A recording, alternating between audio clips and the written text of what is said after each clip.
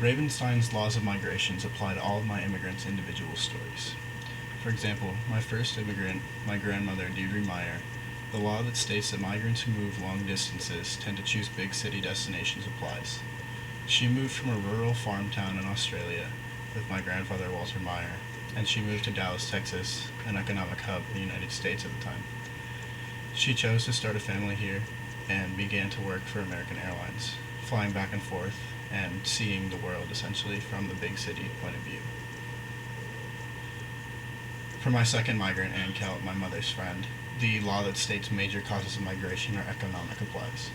She came on a study abroad program to try to better herself, to get a better education so she could contribute more to the economic success of the country.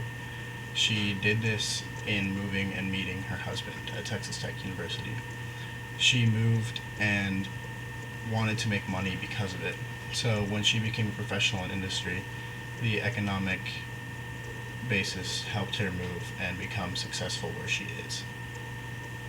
For my great-grandmother Ladis Nowinski, the law that states families are less likely to make international moves than young adults applies.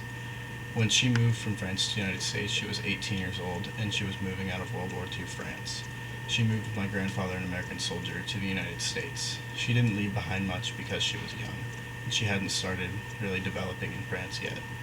She started her new family and life in the United States, and has been here ever since. And for my last migrant, Anna Ferzano, my great-great-grandmother, the law that migrants who make long-distance moves choose big city destination applies. She came on a boat with thousands of migrants from Europe during a great migration in the late 1800s.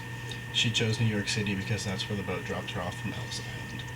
She lived with many Italians just like her who came over on the same boat even, and lived in an Italian community inside the big city destination where everything was readily available.